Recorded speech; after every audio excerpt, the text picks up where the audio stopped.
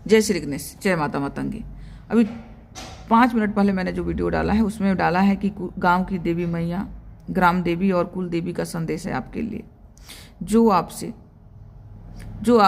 भोग मांग रहे हैं, जो बोल रहे हैं कि आप उनको जो भोग देना भूल गए हो समय समय पे। पहले क्या होता था, पहले गांव में समय समय पे गांव के रीत के हिसाब से मैया की पूजा होती थी, ये भोग दिया जाता था, उनकी भजन कीर्तन भी होता था। उसी तरह से हमारे कुल का भी रीत था कि हर कुल में अपने परंपरा हिसाब से कुल देवी माता का पूजा होता था, अर्चना होता था, भजन होता था, भोग होता था, सब कुछ होता था। आज की डेट में ये सब कुछ हम धीरे धीरे ख़त्म करते जा रहे हैं। हम क्या कहते हैं कि नहीं, ये दिखावा करने की ज़रूरत नहीं है, हमारे दिल में है ना माता रानी, और माता रानी तो कहीं भी पहुंच जाती है और हम जो मन से याद करते हैं तो वो ग्रहण कर लेती है। पर ऐसा कुछ नहीं है।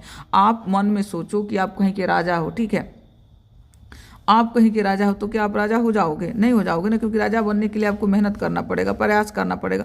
उसी तरह से आपके सोचने से माता के पास भोग नहीं जाता है। वो तो आपका पवित्र भावना है कि आप सोच रहे हो।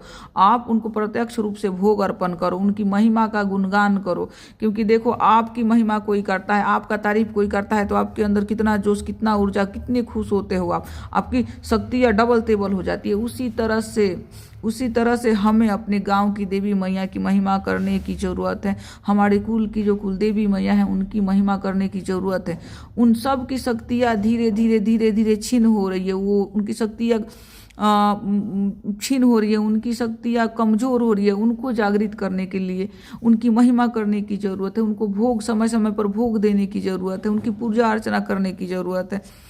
जैसे गांव में खीर भोजन चढ़ता था, पहले के ज़माने में खीर भोजन मंदिर में ही बनाया जाता था उपला पे, और उस खीर को आम के पत्ते या पान के पत्ते में देवी देवताओं को भोग दिया जाता था।